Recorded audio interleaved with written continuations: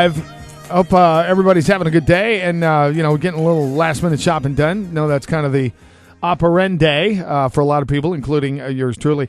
Everyday Cafe Hotline, we're going to Charlottesville. It is a dead period, so this guy's not on the road. As a matter of fact, probably drawing a football play on his dashboard as we speak. He is the head coach, University of Virginia. He is Mike London. Hey, Coach. How you doing, Mac? What's going on? Are you finally? Is this like your period of time now, a dead period? You don't have to recruit anybody, so you're kind of out like finishing up shopping? Well, I got the G.I. Joe, the Kung Fu grip, so that's done off the list. And, you never stop. You never stop recruiting. You can't go out on the road, but you're always, writing letters or, thinking about, strategy and how to get guys. But it's never ending. But, that's the fun part about it. I know you can't talk about it. I know you can't even mention his name, but congratulations on the little cornerback you got from the 757. Okay, all right. You can't talk about it. But I want to tell you congratulations. Do you feel? And I'll segue in. Do you feel that you are starting to make an impact in the state, and people are really starting to respond to your message? Well, I think if you look at the quality of young men, that are taking an active interest in us, I think that's the case, and that's all we're worried about. It's just what we do, not what any other school does. Just keep crafting the message and keep trying to, find the profile student athletes that like the Virginia brand. So that's what we're doing, and we're worried about us and trying to get us better.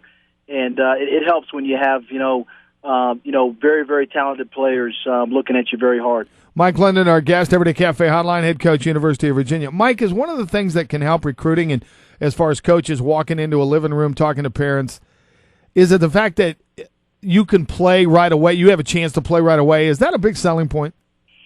Well, I think it is when particularly when there's change, and then when you have such a large group of young men that are leaving the program, and you're bringing in such a large group that's one of the things. If you're going to try to go after players that with a significant ability, then one of the things they want to hear is, one, about the education, and two, is the opportunity to play. So this year it presented itself with that opportunity, and we try to make the most of that.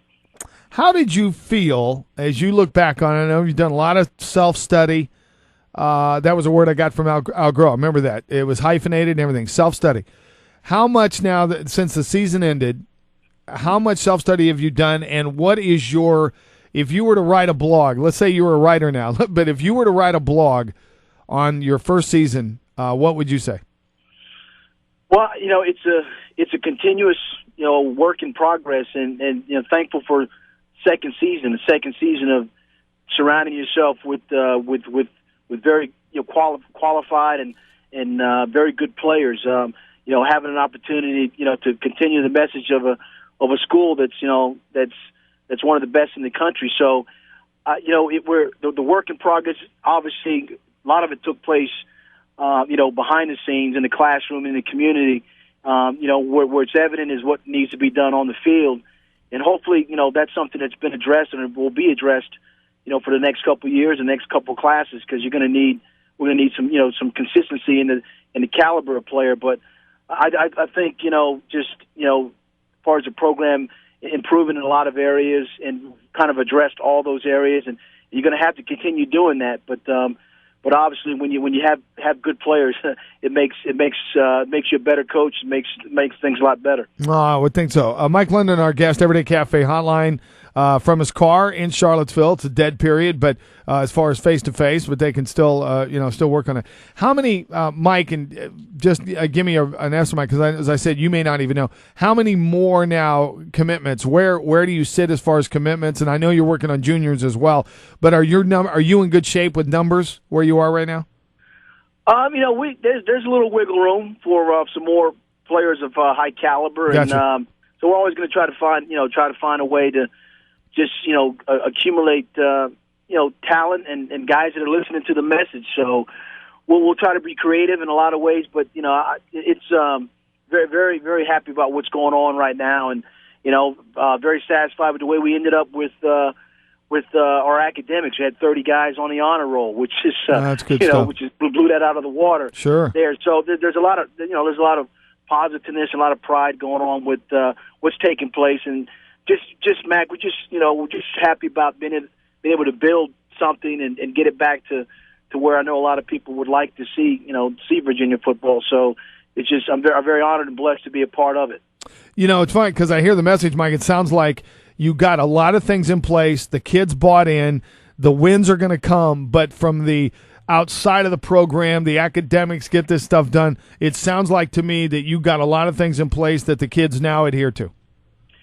Well, yeah, you have to. I mean, and obviously on the front end of it, when players that had left the program that perhaps didn't want to do it the right way, then you kind of look at the talent part of it and knew that they could help you, but just can't sacrifice your principles and things about what you believe in for the sake of a guy that can run a ball and throw a ball. And I think that I think in the end, and when the players that remain and they see the type of what's going to be required and expected of them, that's the kind of culture that we're going to demand and expect. That in the end, I think it'll wash out for the better for us rather than worry about the ones that got away.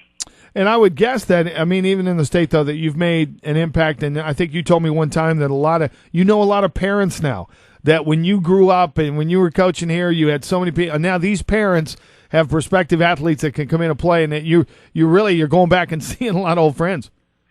Well, yeah, I used to mess with Marcus Hagans. I said, man, you don't know how close I was to being your daddy boy. So, but it's about relationships. It's about just everyone knows I'm from the Hampton area, and it's about just the years that you spend at the different places and the relationships you cultivate with coaches and people in the community, places like that. So it's hard to do that, but at the same time, once you've had a chance to do it and people know who you are, then you give yourself a chance to deal with their son or their nephews or their grandsons or whoever it may be. Everyday Cafe Hotline. He's Mike London, head coach, University of Virginia football program. Just getting off the trail for a little while, and we'll get back on it. Now, is it the time of year when are there still a lot of kids kind of on the fence at this time of year normally? Is that kind of a recruiting norm? Well, I tell you, Mac, it kind of depends. A lot of schools have had the good fortune of fulfilling their class requirements, and you're in the high teens or you're at the limit of the numbers that you can take, and there's others that that are as aggressive or aren't or have opportunities for guys who perhaps were being considered by one particular school, and they filled up. So now all of a sudden the ones that are left over or on the fence, as you say, become prime candidates for schools that maybe not have filled their requirements. So it's always about this time and into sometimes into January where you see a shift a little bit about players that were highly recruited that got a lot of offers that all of a sudden that didn't make decisions that now schools are starting to close up, and so those players may lose out on an opportunity, and another school may gain an advantage because they waited or they were the beneficiary of just of not having filled their class up. What is the philosophy? Mike London, our guest, Everyday Cafe Hotline, head coach, UVA. What is the philosophy of recruiting juniors? How do you approach it? How do you do it correctly? Is it okay to do that now? Because I know July 1, junior year, they're eligible. How do you approach juniors, or do you get very aggressively in recruiting a junior in high school? Well, first you have to adhere to the rules and regulation that the NCAA says forth in terms of contacts and things like that. But what's happened, what you see in that a lot now is a lot of these sophomores and guys are going to camps, and you have opportunities to see them in your camp. Gotcha. And you assess their abilities both athletically and then also academically.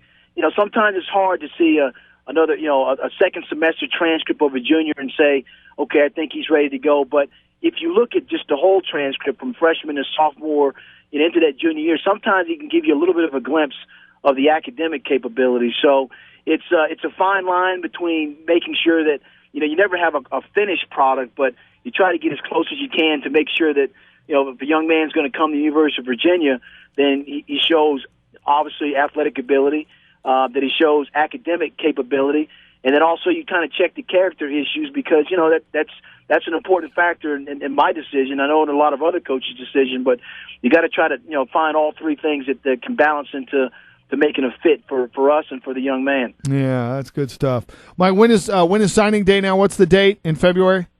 It's the first Wednesday in February, I believe. Okay.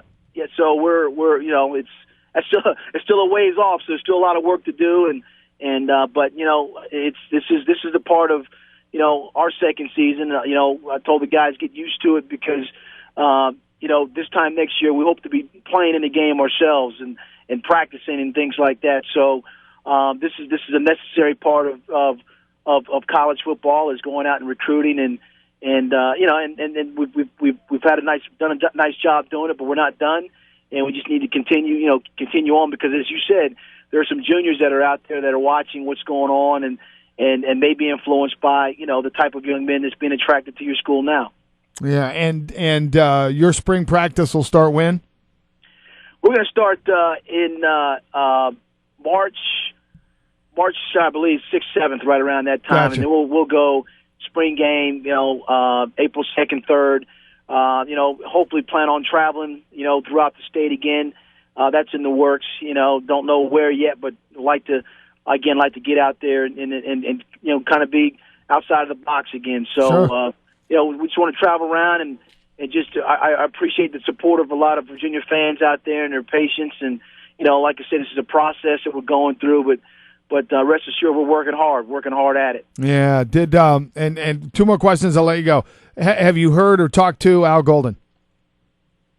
Al is he's the text king of America right now. He and I, we were at Boston College together, and at here in Virginia, and Al's got down to the one answer texting. So, hey, Al, great job, congratulations on your new job, and he sends back K. No. So, no. but I know he's busy. I know he's got a lot of things going on down there. I'm happy for him. He's a good friend, and he'll do well there. Oh, how about that? And okay, so besides a quarterback, what does Mike London want from Santa Claus? Man, I want the G.I. Joe with the kung fu grip, like I said, so I give it to my son Corbin. I got you. Yeah, so and I heard about the thing with Coach Ryan and the foot fetish. That's some funny stuff right there. Can you believe that? And we're watching. We got ESPN on our Crutchfield TV up here, and it's all over the TV. I mean, it's all over the video is all. Yeah. Well, my wife didn't like me to wear socks, so I got to be careful about that. Yeah, that's true. How would you react if all of a sudden your lovely wife shows up on YouTube? And anyway. Hey, Mike, all the best, and tell your family Merry Christmas, and you have a great couple days, and I know you'll enjoy your family, but congratulations on all that's happening, your commitment today, which I know you can't talk about, but anyway, a lot of good stuff happening, a lot of positives, and we wish you all the best, and we'll talk to you very soon. Thanks, Mac. Mark, take care. Happy holidays to everybody out there in Charlottesville. All right, thank you, Mike. Mike Linden, Everyday Cafe Hotline, head coach, University of Virginia, so.